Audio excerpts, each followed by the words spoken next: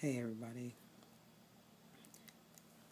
it's the morning of day 7.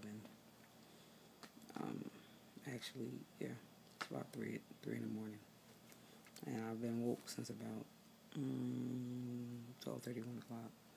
I actually went to bed kind of early, which was 9, but um, I just wanted to tell you how I was doing on the fast. Basically, I've been able to resist the temptations of food, which is meat and stuff like that, but um, and I've been able to, pray and become very more spiritual and stuff. But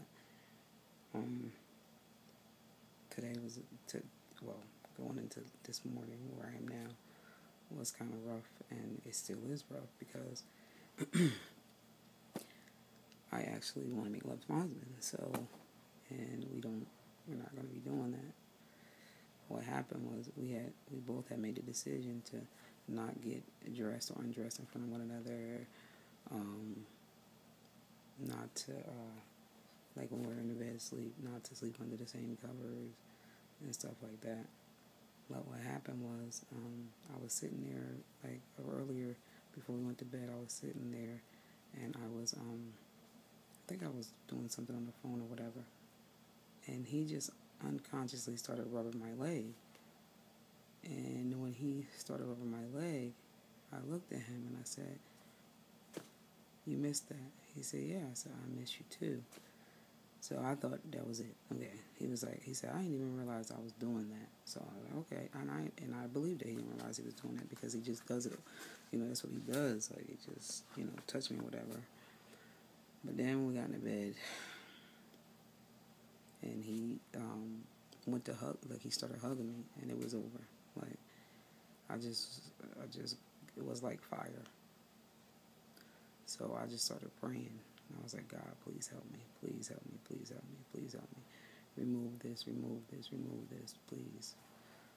So I finally, after tossing and turning, I got on the floor, made a pile on the floor, got on the floor, still praying. It's still on me. So I'm out at 1:30. I woke him up and I told him, I said, "I can't bear this. Like, I can't. I want you. I miss you." He was like, "Oh, just go take a shower." But it's not that easy just to take a shower. But what I did was I came out and started reading the song. I read the whole book of the Songs of Solomon. Some of it I understood, some of it I didn't understand. But even that, reading that, made me like more, made me more want him more. But I realized as I was reading, but probably before I started reading, that God is dealing with me in reference to this dependency I have for my husband. Like, I am so dependent upon him, and God is telling me to be dependent upon him and not dependent upon my husband. And there's a fine line there, and I realize that, and I don't want to put my husband before God. So I should always seek God first before I seek my husband. Because most of the time when I have problems, I'm like, "Jack, I need to talk to you." And I discuss it with him. But that I've been doing that ever since we've been together from day one. So I'm like, okay, I understand, God. You want me to come to you, and don't be so dependent on my helpmate. Yes, I gave him to you as your helpmate, but I am numero uno. So needless to say, I'm going here. I done read as much as I can. Nah, it's not happening.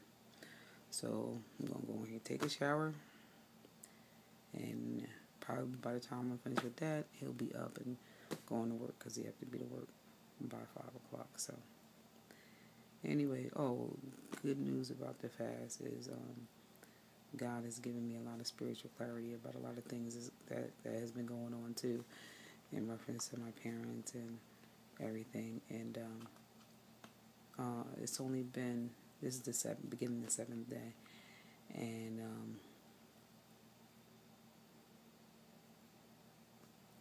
I've lost 6 pounds in not even a week. So, and the crazy thing about this fast is that you could eat fruits, vegetables, whole grains, brown rice, stuff like that, and beans, and I've eaten more now than I was eating before I went on a fast, and I don't know why that is, but I am. I also the other day made spaghetti sauce from scratch. The first time I did that, and it was so good with fresh tomatoes. It was so good. It was real good. But another thing that I'm noticing about me too is that I used to hate going in the kitchen and cooking, but now I love going in the kitchen cooking. I think because of the energy that I have, and because when I was depressed, I never had any energy, so I was depressed going to work, doing this, doing that, and so I never had any energy. But now I work, I come back, I cook, I clean, I wash clothes, and it's all good. So anyway, that's where I am. Day 7. Sexless and tangible. You gotta laugh at this because it is something else. But I like I said, I do feel a shift. Oh my God, I really feel a shift. So I know I gotta stay steadfast to doing what God has called me to do. So anyway, I'm gonna sign off for now because I know y'all tired of hearing me talk about this, but it's life. Sex is life, and it's part of your life. So why would I not talk about this part and talk about every other part? But anyway, that's what's going on. As you can hear the clock ringing 4. No, it's 3. Ringing 3. So it must have been 2, 3. I don't know. But anyway, you can hear it. So I'm gonna go take a shower. I'm not gonna have sex, although I want to, but I'm not gonna do it. And you know what? Even if I confronted him with it, he probably wouldn't even do it because he knows how important this is and how he's already growing, like spiritually from this, and becoming closer to God and stuff. So he probably wouldn't do it anyway. So I don't have a chance, and I ain't gonna lie and say I don't want a chance. I do want a chance, but there ain't nothing I can do about it but pray it off of me, and that's what I'm going to do. All right, now, you guys take it easy. Talk to you next time. Deuces.